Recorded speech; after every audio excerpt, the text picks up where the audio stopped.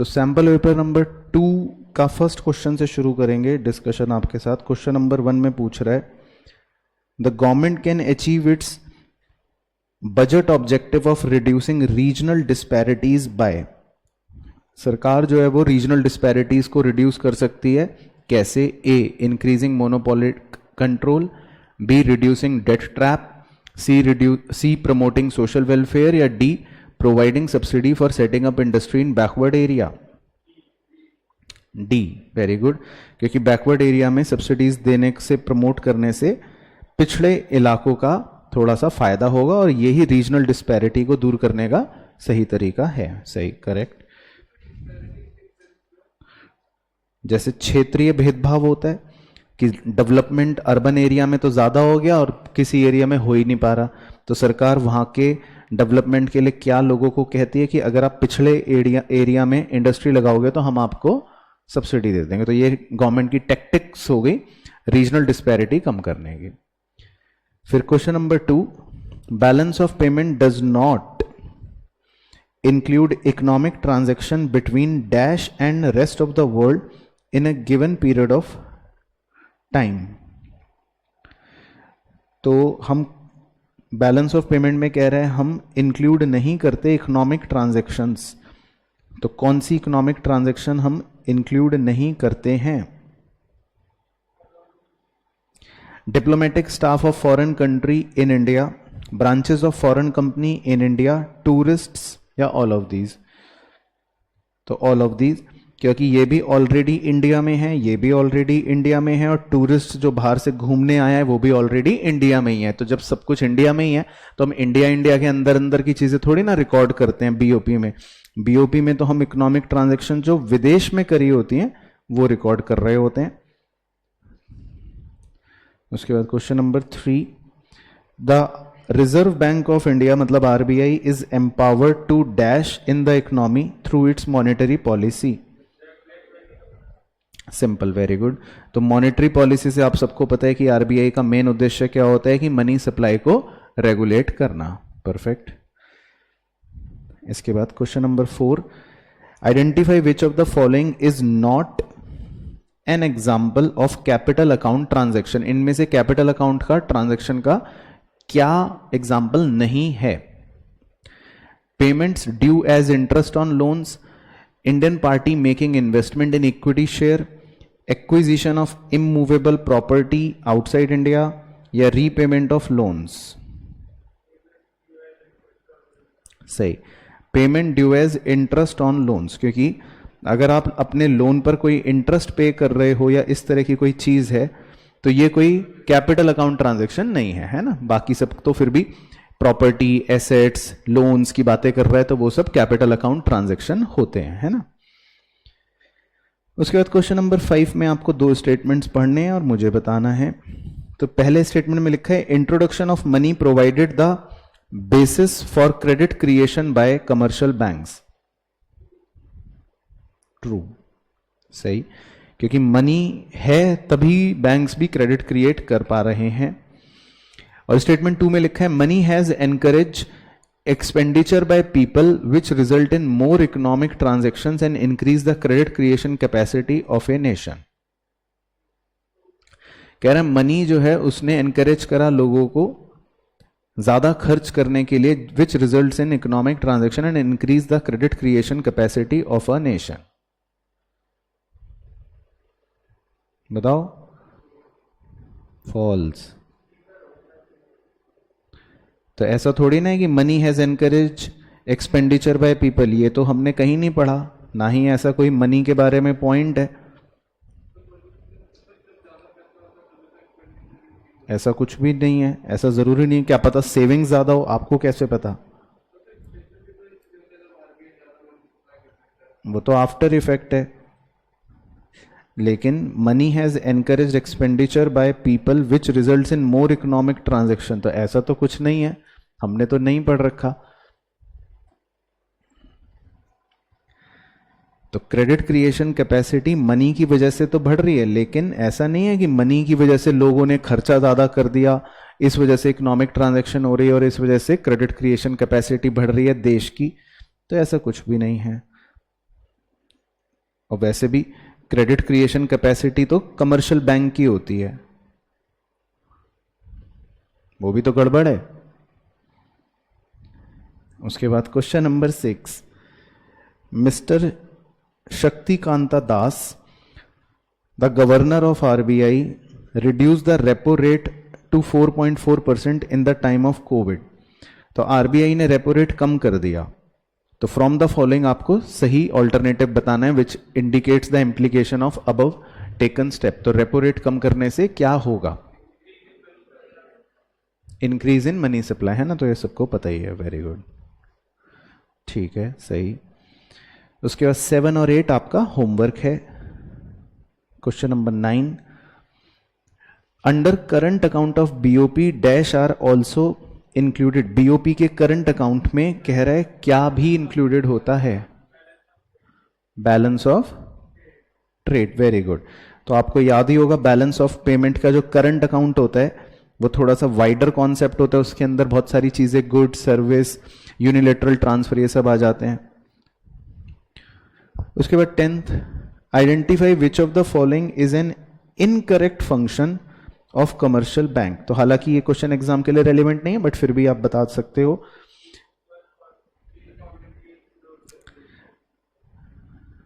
हाँ, सही। तो कमर्शियल बैंक आपसे पूछ रहे हैं इनकरेक्ट फंक्शन क्या है, तो डील्स विद पब्लिक तो ठीक है, एक्सेप्ट डिपॉजिट भी ठीक है, advance loans to the public भी ठीक है, leads to uniformity in note circulation, ऐसा कोई फंक्शन नहीं होता और ना ही कोई यूनिफॉर्मिटी रहती है नोट सर्कुलेशन में। इसके बाद question number 11, according to industrial policy resolution 1956 under schedule B, याद है ना, सेकेंड चैप्टर में पढ़ाया था, dash were place progressively state own. तो शेड्यूल बी में कितनी इंडस्ट्रियां थी? 12 इंडस्ट्रीज, सही। तो जब 1956 वाला आईपीआर आया था तो उसमें शेड्यूल बी में 12 इंडस्ट्रियां कैटेगराइज करके डाली थी। उसके बाद question number 12, colonialism refers to dash of which one is rural and other is its colony. तो कॉलोनियलिज्म क्या है?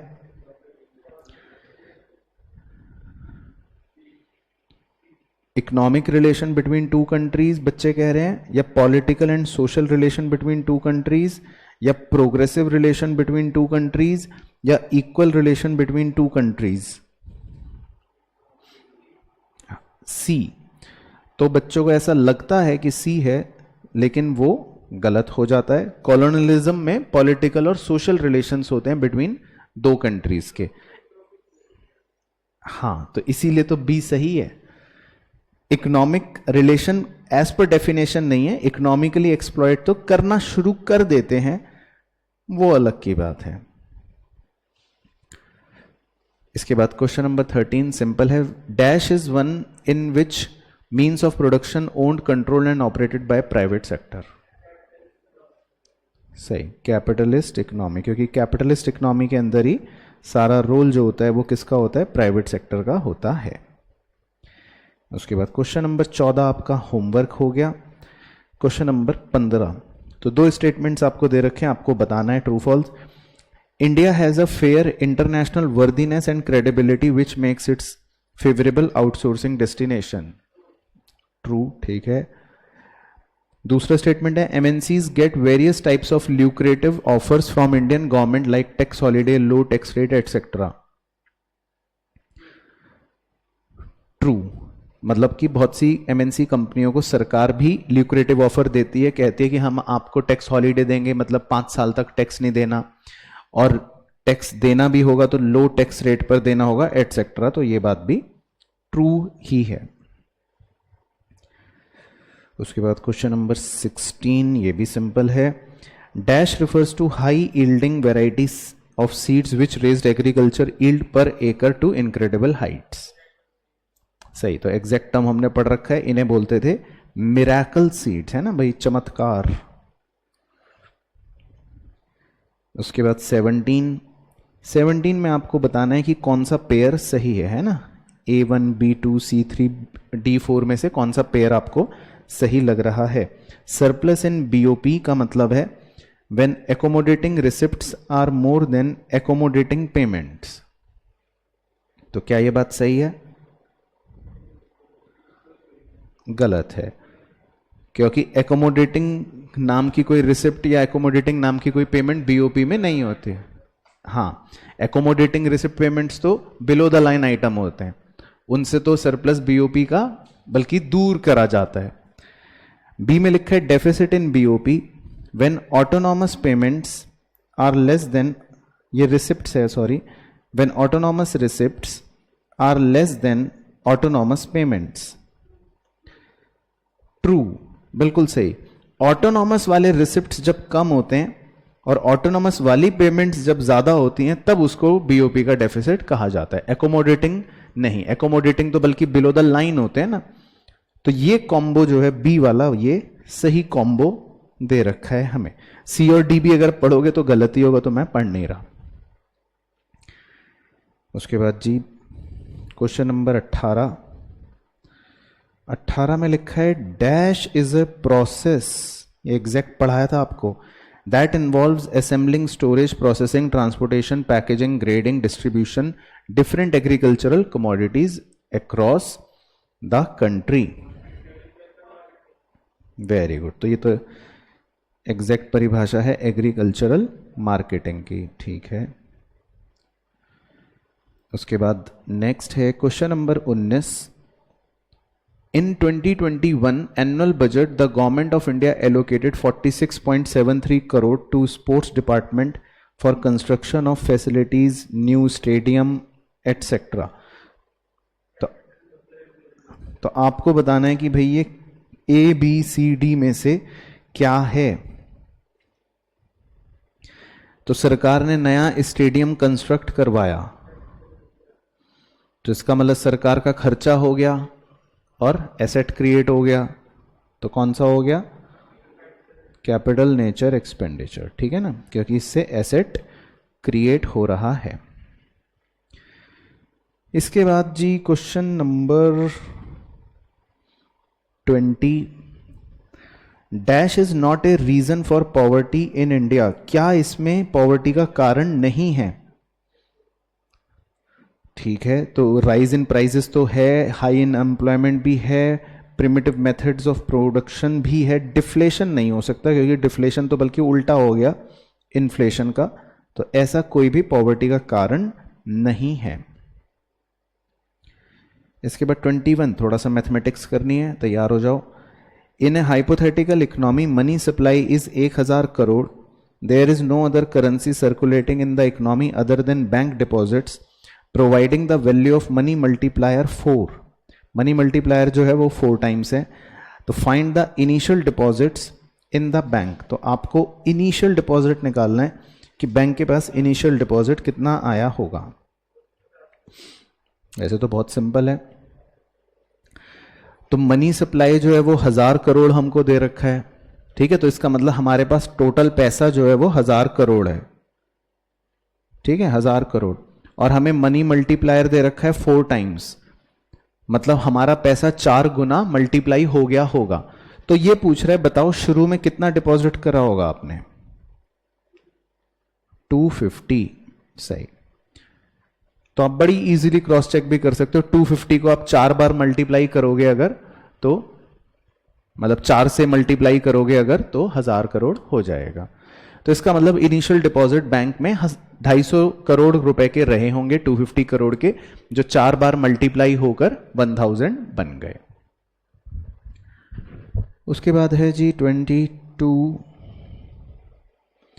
During British rule death rate was very high in India, identify which of the following may not be the reason for high death rate. High death rate का क्या reason नहीं था बताना है आपको। सही, एक्सट्रीमली लो लिटरेसी रेट, क्योंकि भाई इसका कोई डेथ रेट से वास्ता नहीं है। बाकी सारी हेल्थ फैसिलिटी, पीने का पानी, मैल न्यूट्रिशन, इन सब चीजों का तो हेल्थ से फिर भी वास्ता है, पर ऐसा लिटरेसी का कोई लिंक नहीं है। उसके 23 में आपको ट्रू फॉल्स मुझे बताना है। स्टेटमेंट 1 में कह रहा है government took various steps to protect small scale industry from big firms, ठीक है, ट्रू। और दूसरे स्टेटमेंट में कह रहा है government provide tax concession to small scale industry and also reserve products for them. True, सही। तो ये हमने चैप्टर 2 में पढ़ ही लिया था कि सरकार ने एसएसआईज को प्रोटेक्ट करने के लिए कुछ कदम उठाए थे, तो ये दोनों वो ही दे रखे हैं। उसके बाद 24, 25 आपका होमवर्क है। 26 ये भी फटाफट दिमाग में करके बताना है।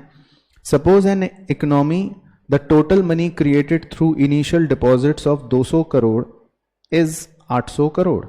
तो अगर आपने 200 करोड़ के इनिशियल डिपॉजिट को 800 करोड़ रुपए में टोटल मनी बना दिया है, तो कह रहा है बताओ रिजर्व रिक्वायरमेंट की क्या वैल्यू होगी। रिजर्व रिक्वायरमेंट मतलब एलआरआर की क्या वैल्यू होगी। बहुत ही सिंपल है। तो क्या था फॉर्मूला, पहले तो ये बताओ मनी मल्टीप्लायर कितना है, बोलो ना जल्दी। 200 करोड़ अगर 800 बन गए तो कितने गुना मल्टीप्लाई हुआ पैसा, 4 गुना मल्टीप्लाई हुआ। तो मनी मल्टीप्लायर इसका मतलब कितना हो गया, 4 टाइम्स। मनी मल्टीप्लायर का फॉर्मूला क्या होता है, 1/LRR। तो आप इसको सॉल्व करके LRR निकाल सकते हो कि LRR कितना आएगा, 1/4। तो 1/4 का मतलब हो गया 0.25। तो आपको क्वेश्चन ने पूछा था LRR की वैल्यू बताने को, तो LRR हो गया आपका 0.5, सॉरी 0.25। ठीक है ना। बाकी अपने समझने के लिए लिखना है तो लिख सकते हो 1/4। उसके बाद है जी क्वेश्चन 27। रीजन और असर्शंस दे रखे हैं, तो सही ऑप्शन ध्यान से बताना मुझे पढ़ के। तो पहले असर्शन में लिखा है the proportion of GDP contributed by the industrial sector declined in the period from 24% in 1950 to 11% in 1991। तो पहले इस स्टेटमेंट पे आपकी क्या राय है कि 1950 से लेकर 1990 के बीच में इंडस्ट्रियल सेक्टर का जो शेयर था जीडीपी में वो 24% से घटकर 11% हो गया है। तो फॉल्स है ये, नालायक बच्चे ट्रू जो कह रहे हैं। इंडस्ट्रियल सेक्टर का तो बल्कि बढ़ा है over the years, agriculture sector का कम हुआ है। भाई शुरुआती दौर में एग्रीकल्चर होता था बहुत सबसे ज्यादा, इंडस्ट्री और सर्विस थोड़ा कम होते थे, लेकिन बीते वर्षों में उल्टा हो गया, एग्रीकल्चर थोड़ा कम हुआ लेकिन इंडस्ट्री और सर्विस तो थोड़ा थोड़ा बढ़े हैं। तो जो उसने लिखा है कि प्रपोर्शन ऑफ जीडीपी कंट्रीब्यूटेड जो है इंडस्ट्रियल सेक्टर का डिक्लाइन, तो आपको वहीं पे समझ जाना चाहिए था कि ये गलत नहीं हो गया, तो ये स्टेटमेंट तो फॉल्स ही हो गया। एग्रीकल्चर सेक्टर का डिक्लाइन हुआ है लेकिन इंडस्ट्री और सर्विस सेक्टर का दोनों का बढ़ा है ओवर द ईयर्स, यही तो पैटर्न है हमारे देश का। चलो तो आपका गलत हो गया। तो जैसे ही असर्शन गलत हो गया तो फिर आपको टेंशन खत्म। क्वेश्चन 28 में कह रहा है identify the incorrect statement from the following. तो आपको मुझे बताना है कि इनमें से क्या गलत है। तो मैं पढ़ता रहूंगा, फटाफट मुझे बताते रहना सही या गलत क्या है। Horticulture has improved economic condition of many farmer in India, ये तो सही है। Horticulture has emerged as a sustainable livelihood option and needs to be encourage significantly, ये भी सही है। Horticulture sector contributes 6% in GDP of India, true, ये भी सही है। तो वैसे तो डी ही बच गया और वो गलत भी है। देखो कह रहा है in horticulture there is low scope for women employment, तो ये बात गलत है। चलो 29 आपका होमवर्क हो गया। उसके बाद 30 में आपको मैच करवाना है। तो 30 में मतलब सॉरी मैच तो दे रखा है, आपको बताना है कौन सा मैच सही है। तो पहले में लिखा है प्रधानमंत्री ग्राम सड़क योजना, बताओ क्या ये सही है, improve the quality of life of people. तो गलत है ये तो, इधर सड़क की बात कर रहा है और उधर कुछ और बात हो रही है। उसके बाद बी में लिखा है प्रधानमंत्री जनधन योजना, तो कह रहा है to facilitate financial exclusion of people in the banking system. तो बताओ, ये भी गलत कह रहा है लोगों को बैंकिंग सिस्टम से बाहर कर दो। बाहर क्यों कर दो? तो गलत है ये तो।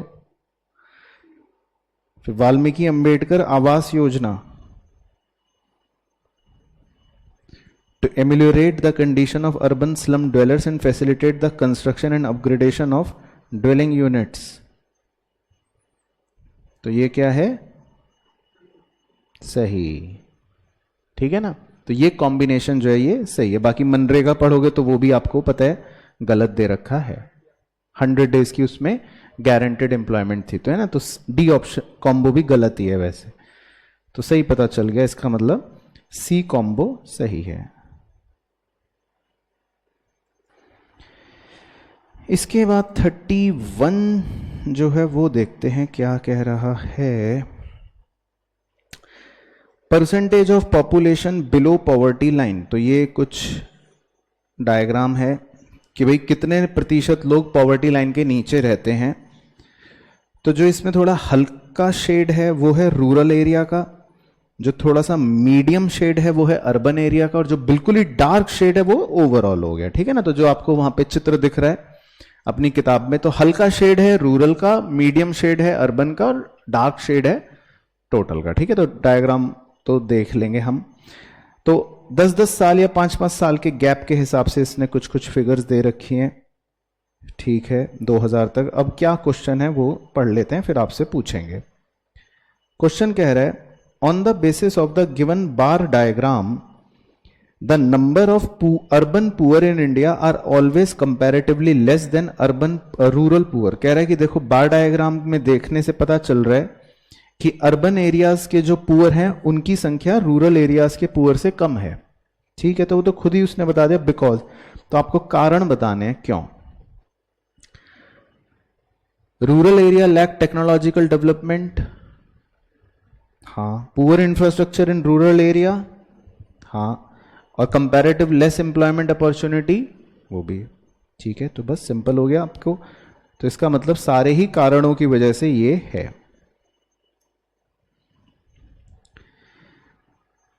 इसके बाद जी नेक्स्ट क्वेश्चन है आपका 32।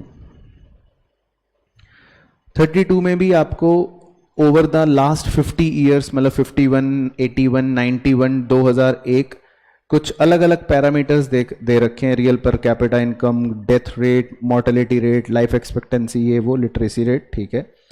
तो क्वेश्चन पढ़ लेते हैं। On the basis of the above mentioned information answer the following question. The infant mortality rate was declining progressively indicating dash from 51 to 2001। कह रहे हैं इन्फेंट मोर्टेलिटी रेट जो है वो काफी कम हुआ है। तो ये क्या दर्शाता है, इससे आप क्या बता सकते हो? इन्फेंट मोर्टेलिटी रेट कम होना बताओ क्या दर्शा रहा है? ठीक है, सही, इंप्रूव्ड हेल्थ फैसिलिटी, है ना इसका। बाकी पॉवर्टी, एजुकेशन या इकोनॉमिक अपॉर्चुनिटी से तो कोई लेना देना नहीं है, तो ए, ठीक है जी। उसके बाद क्वेश्चन 33, 34 आपका होमवर्क है। 35, read the following statement carefully. तो बस आप मुझे ट्रू फॉल्स बता दोगे। Statement 1, there is direct relationship between money multiplier and LRR। Higher value of LRR, higher is the value of money multiplier. तो LRR और मनी मल्टीप्लायर का direct relation है वो कह रहा है, तो गलत कह रहा है ना, फॉल्स। और statement 2, higher the value of money multiplier more money is created by banking system, true. तो मनी मल्टीप्लायर जितना ज्यादा होगा, भाई 5 गुना है तो 5 गुना पैसा बनेगा, 10 गुना है तो 10 गुना पैसा बनेगा, 20 गुना है तो 20 गुना पैसा बनेगा, तो वो ठीक है। तो मनी मल्टीप्लायर की वैल्यू जितनी ज्यादा होगी उतना पैसा क्रिएट होएगा। तो सही ऑप्शन क्या?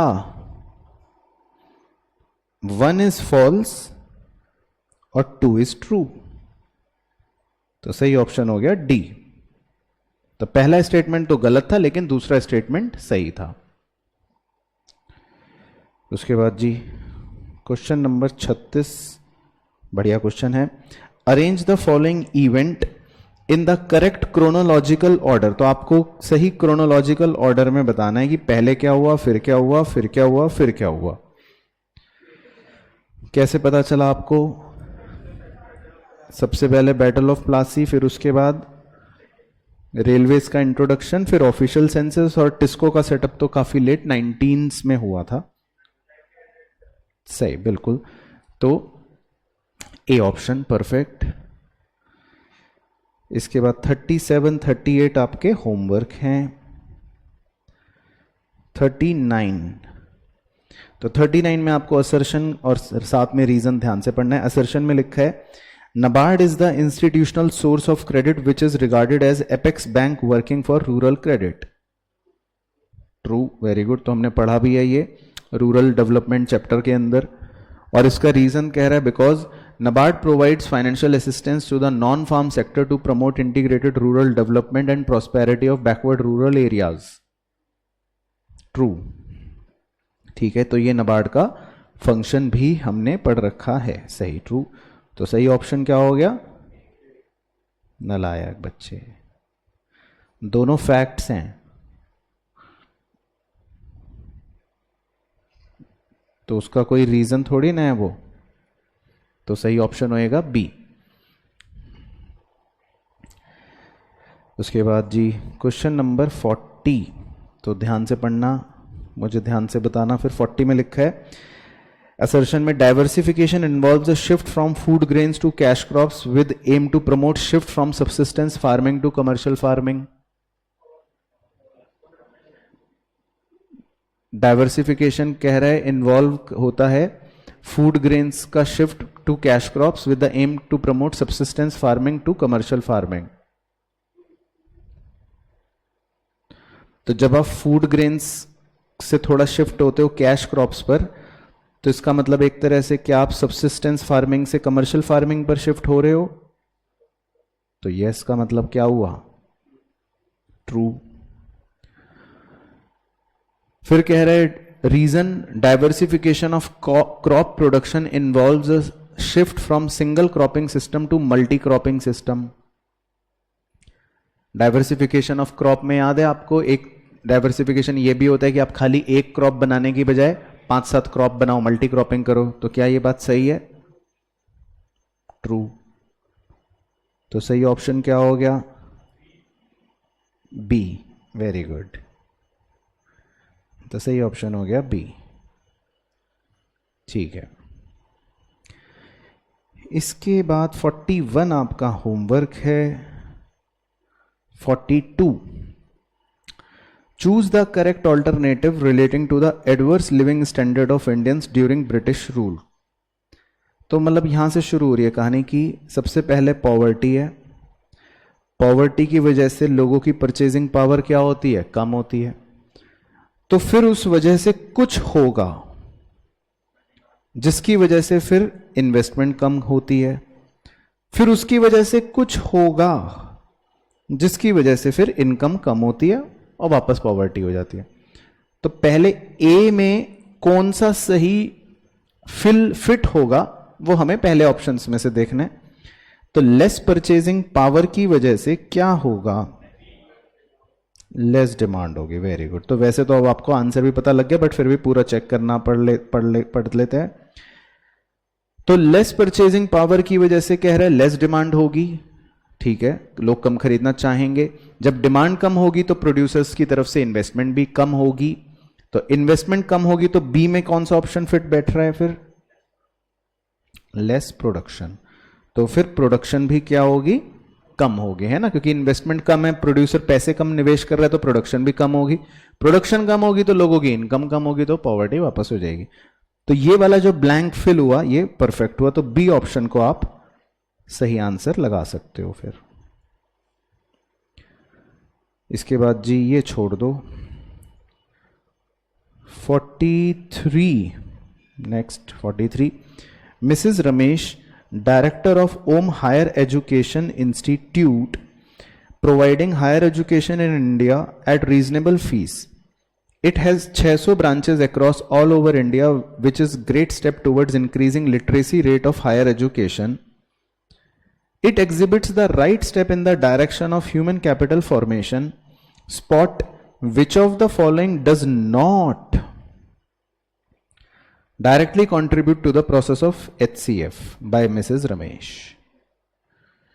तो कहानी पढ़ ली थी मिसेस रमेश की, है ना, वो उचित दामों पर रीजनेबल फीस में हायर एजुकेशन प्रोवाइड कर रही हैं, 600 से ज्यादा ब्रांचेस हैं भारत में, तो क्या डायरेक्टली कंट्रीब्यूट नहीं करेगा एचसीएफ में, वो ये पूछ रहे। The fullest possible development of human capability, ये तो होगा। Ability to think and pursue dreams in life, ये भी होगा क्योंकि एजुकेशन के ये बेनिफिट्स बता रहे। C induces equity in land distribution, तो ऐसा तो कुछ भी नहीं है ना, तो ये नहीं होगा। सही, सी ऑप्शन परफेक्ट। उसके बाद थोड़ा सा पेन चलाना है, बुद्धि चलानी है। 44, suppose the balance of trade off a nation exhibits A deficit of 400 crore. 400 crore का बैलेंस ऑफ ट्रेड में डेफिसिट है, मतलब अनफेवरेबल है, यानी इंपोर्ट्स ज्यादा हैं, एक्सपोर्ट कम है। And the value of imports is twice of exports, कह रहे इंपोर्ट्स की वैल्यू एक्सपोर्ट से दुगनी है, तो the value of imports would be, तो आपको इंपोर्ट्स की वैल्यू बतानी है। कौन सा? B Bombay, D donkey. तो इंपोर्ट्स की वैल्यू जो है आप कह रहे हो 800 करोड़ होगी, चेक कर लेते हैं। तो अगर इंपोर्ट्स की वैल्यू 800 करोड़ है तो एक्सपोर्ट्स की इसका मतलब 400 करोड़ होनी चाहिए as per the given condition. तो अगर इंपोर्ट्स की 800 है और एक्सपोर्ट्स की 400 है तो बैलेंस ऑफ ट्रेड जो है वो अनफेवरेबल 400 ही आएगा, इसका मतलब सही है आपका ऑप्शन, क्रॉस चेक हो गया। इसके बाद क्वेश्चन नंबर 45, ट्रू और फॉल्स आप मुझे बता देना। तो स्टेटमेंट 1 में कह रहा है growth oriented approach prove to be ineffective because of inability to redistribute land, intensified regional disparities and population growth. तो साहब वो कह रहा है कि जो ग्रोथ ओरिएंटेड अप्रोच थी, है ना, पॉवर्टी के अंदर, वो इनइफेक्टिव साबित हुई, मतलब इतनी कारगर साबित नहीं हुई because of inability to redistribute land, intensified regional disparities and population growth. क्योंकि जो ज्यादा गहरे रीजनल डिस्पैरिटीज हैं या पॉपुलेशन बहुत तेजी से बढ़ रही है, उन कारणों की वजह से जो ग्रोथ ओरिएंटेड अप्रोच गरीबी हटाने के लिए अपनाई थी वो ज्यादा कारगर साबित नहीं हुई। तो क्या आप इस बात को मानते हो कि हाँ ये बात सही है कि ग्रोथ ओरिएंटेड अप्रोच जो थी वो इफेक्टिव इतनी नहीं थी? क्या बात से आप एग्री कर रहे हो? ट्रू है? ट्रू है तो ट्रू लिख लेते हैं, ठीक है। और फिर वो कह रहा है स्टेटमेंट 2 में कि the growth oriented approach was initiated from the third 5-year plan. तो ये तो आपको तुक्का ही मारना पड़ेगा, है ना, तो फॉल्स है। तो थर्ड 5-year प्लान में ये नहीं शुरू हुआ था। तो जी सही ऑप्शन तो अब बन ही जाएगा। स्टेटमेंट 1 ट्रू है और स्टेटमेंट 2 जो है वो फॉल्स है। उसके बाद है जी 46। तो 46 में आपको असर्शन दे रखा है, पहले वो पढ़ लेते हैं। असर्शन में लिखा है current account deficit signifies that the nation is the lender to rest of the world. कह रहा है करंट अकाउंट में हमारे डेफिसिट ये दर्शा रहा है कि हम जो है वो काफी लेंडिंग करते हैं, मतलब हमने काफी पैसा दे रखा है बाकी दुनिया को। तो इस बात पर आपके क्या विचार हैं?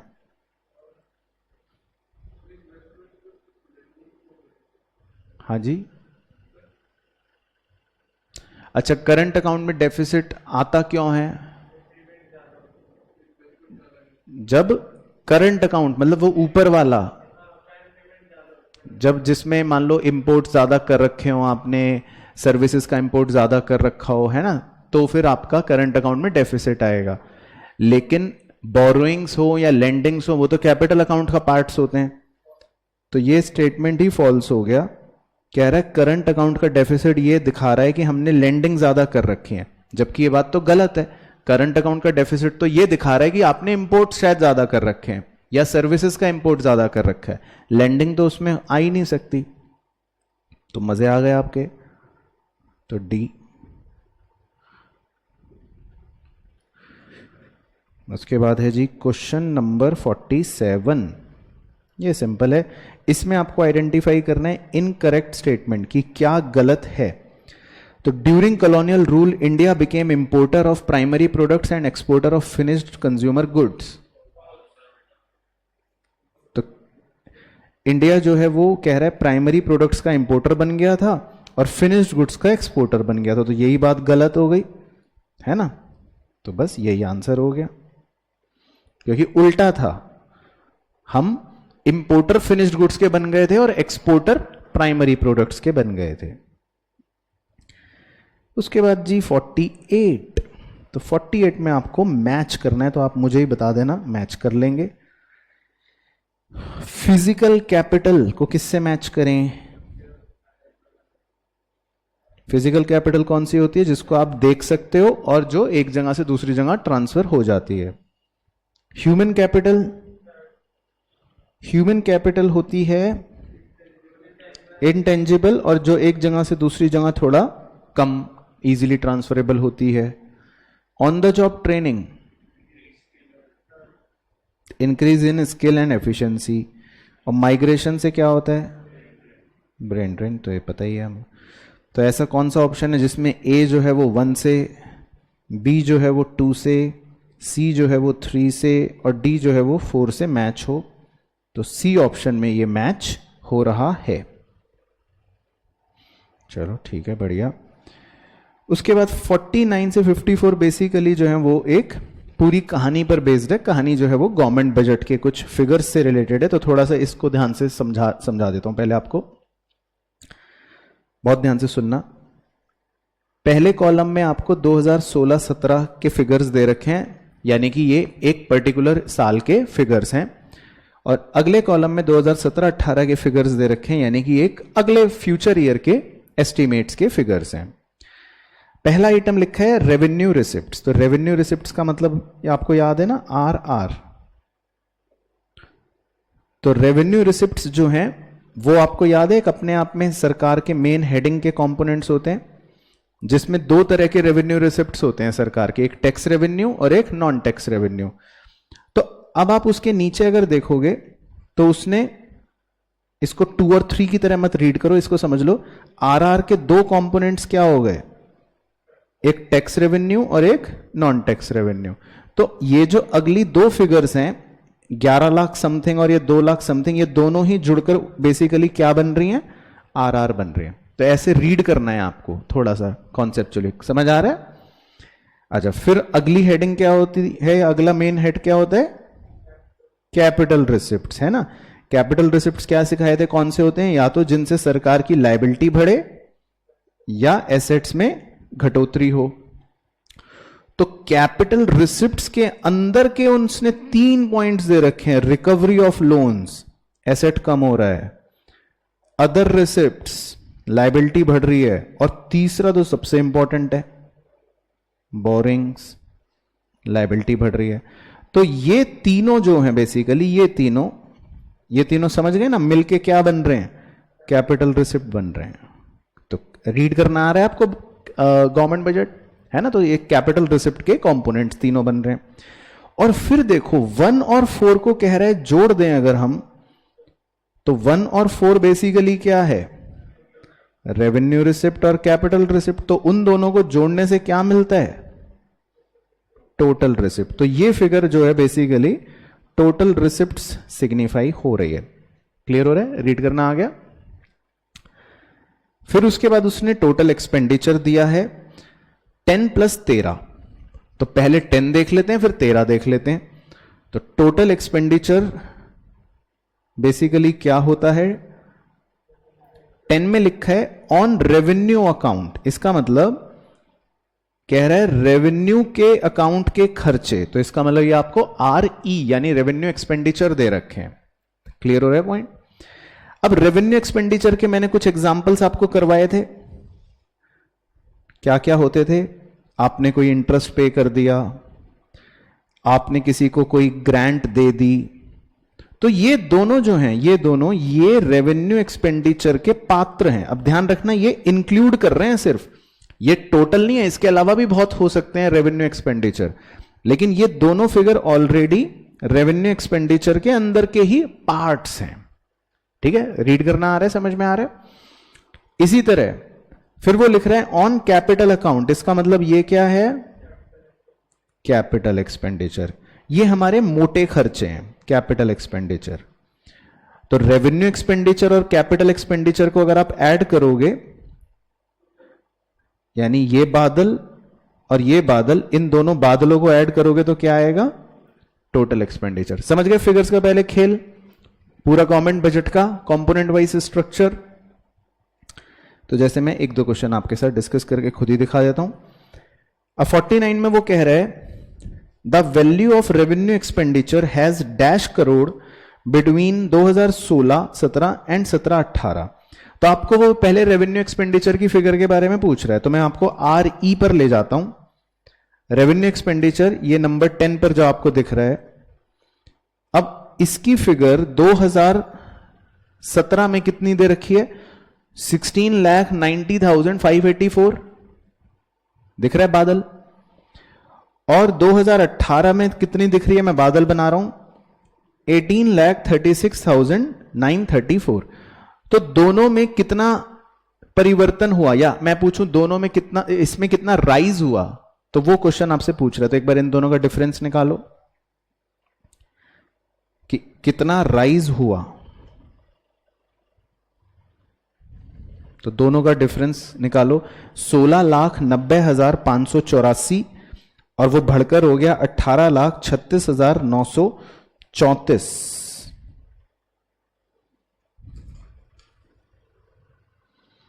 तो ये आ रहा है 146,350, 146,350। तो इसका मतलब हमारा रेवेन्यू एक्सपेंडिचर कितने रुपए से बढ़ गया है, 1,46,350 से बढ़ गया है। समझ आ गया क्वेश्चन। तो सेम इसी तरह का क्वेश्चन आपके सीबीएसई के क्वेश्चन पेपर में भी था। ठीक है, इसी तरह अब देखो दूसरा 50 भी दिखा देता हूं डेमो। 50 में पूछ रहा है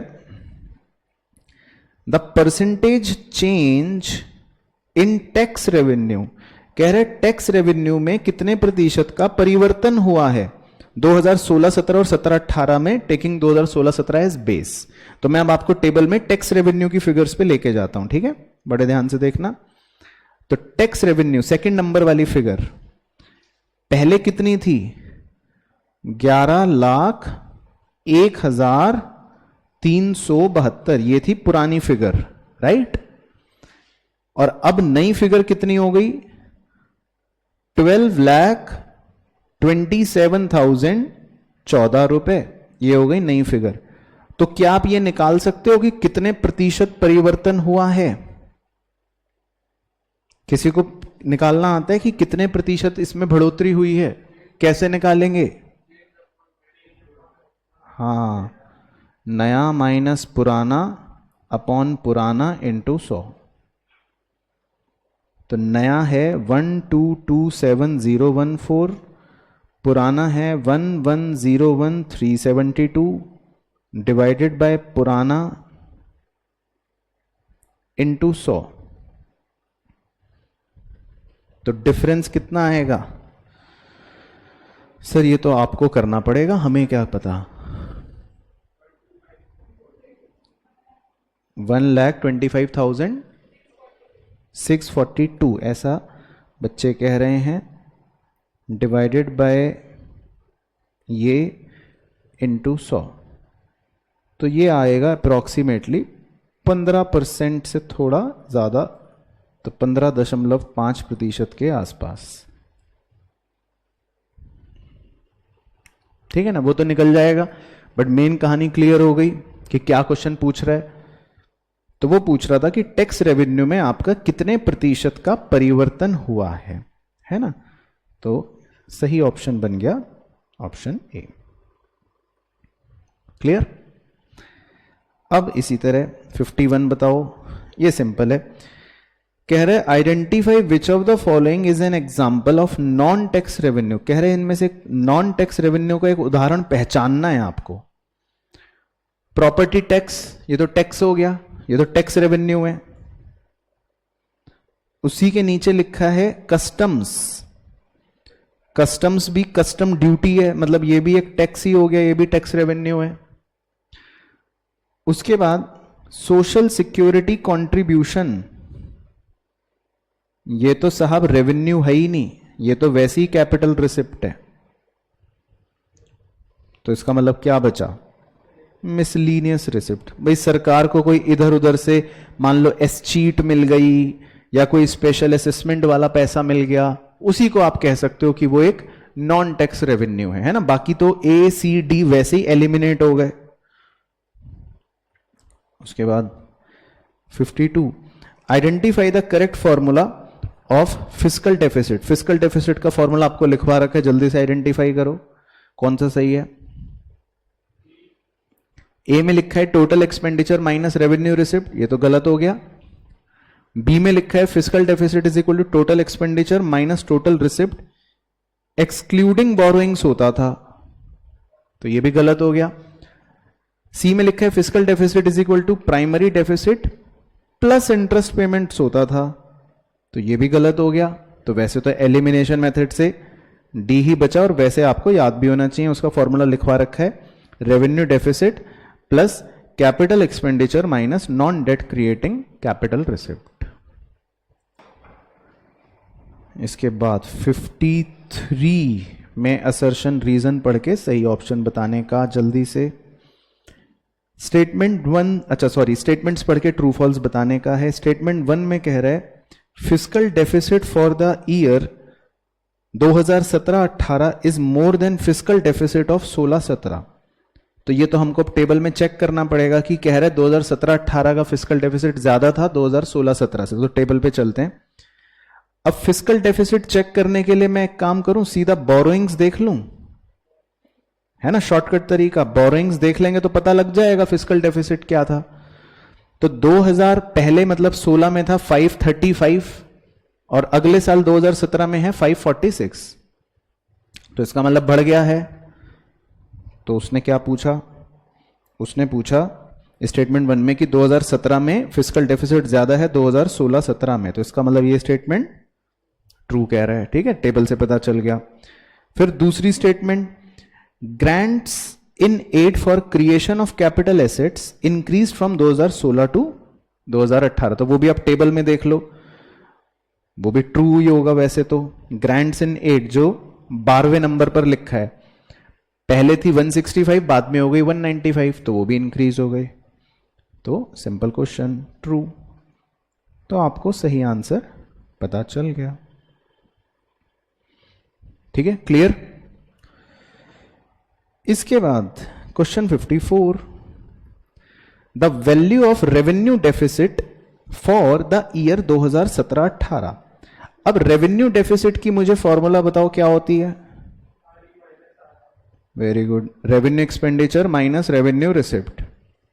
ठीक है, अब हमको टेबल में जाके 2017-18 के फिगर्स में से आर ई और आर आर के डिफरेंस को निकालना है। तो हमने टेबल में आर ई मार्क कर रखा है, देखो 10वें नंबर पे, और 2017-18 की फिगर है 18,36,934। तो ये फिगर लिख लो आप, 18,36,934, और इसमें से माइनस करना है आर आर को। आर आर है 1 नंबर पे, हमने 1 नंबर पे मार्क कर रखा है। उसके 2017 की फिगर को लिख लो 15,15,771, 15,15,771। तो माइनस करके देख लो कि क्या आ रहा है। तब तक मैं नीचे चलूं।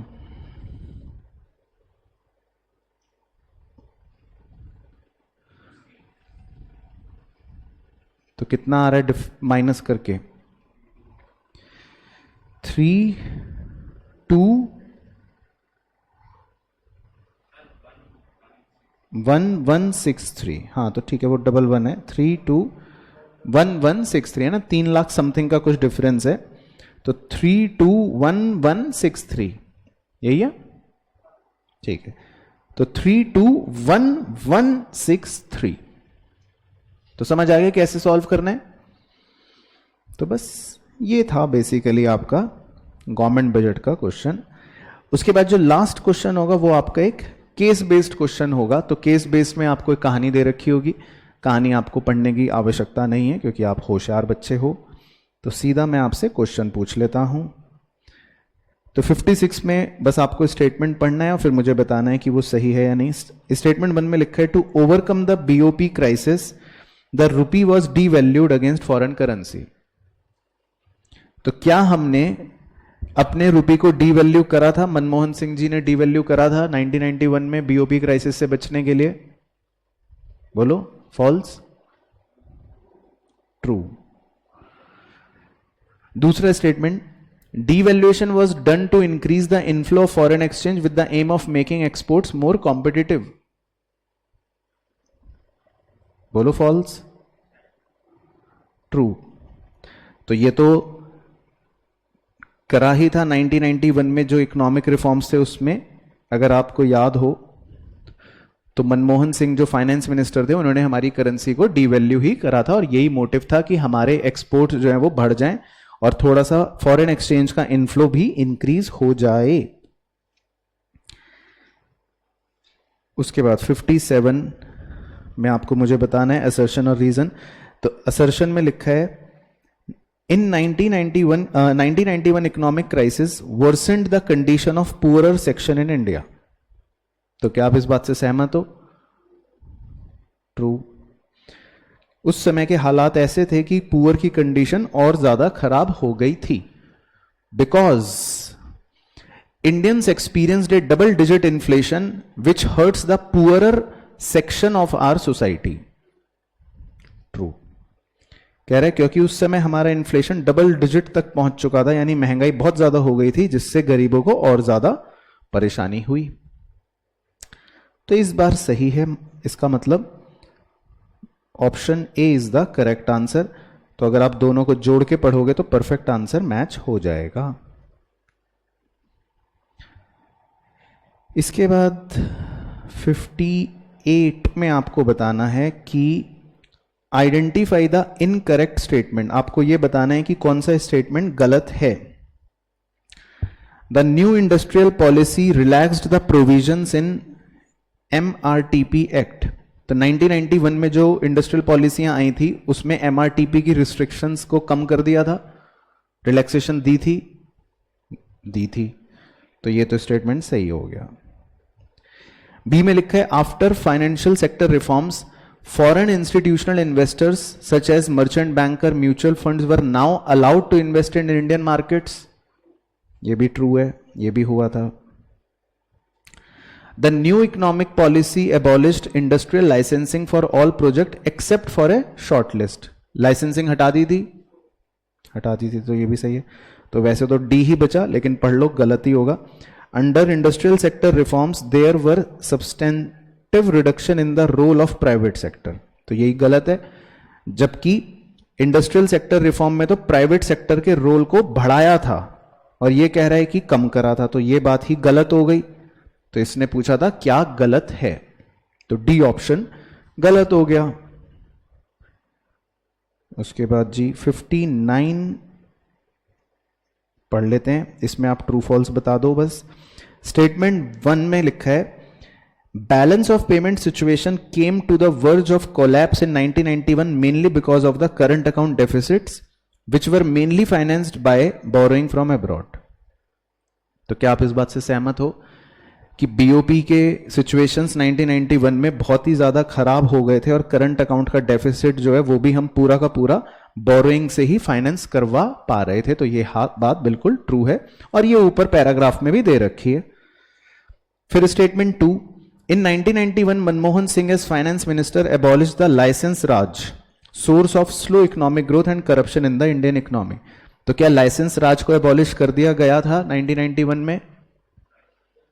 बोलो फॉल्स। बोलो ना फॉल्स। ट्रू, लाइसेंस राज को अबॉलिश कर दिया गया था 1991 के रिफॉर्म्स में। ठीक है, तो बेसिकली दोनों स्टेटमेंट्स क्या हैं? ट्रू। एंड इसके बाद लास्ट क्वेश्चन है 60, ये भी कर लेते हैं फटाफट। 60 में असर्शन आपको दिया है, the crisis in turn paved the way for liberalisation of the Indian economy. मतलब जो 1991 में क्राइसिस हुआ उसने कहीं ना कहीं लिबरलाइजेशन के दरवाजे खोल दिए। ट्रू। ठीक है, फिर वो कह रहा है because under the reforms of 1991 there was removal of entry and growth restrictions on private sector as well as FDI unit was also raised. कह रहा है क्योंकि रिफॉर्म्स के अंदर एंट्री और ग्रोथ रिस्ट्रिक्शंस के रिमूवलों को हटा दिया था प्राइवेट सेक्टर के, और एफडीआई को भी रेज कर दिया था। ट्रू। ठीक है, ये लिमिट वर्ड है बेसिकली। ट्रू, तो इसका मतलब सही ऑप्शन ए। सही, परफेक्ट। ठीक है, तो समझ आया सारा। चलो तो डन, ओवर। होमवर्क के क्वेश्चंस आप जो बचे हैं थोड़े से वो जरूर करके देखना, तो आपकी कंप्लीट प्रैक्टिस हो जाएगी।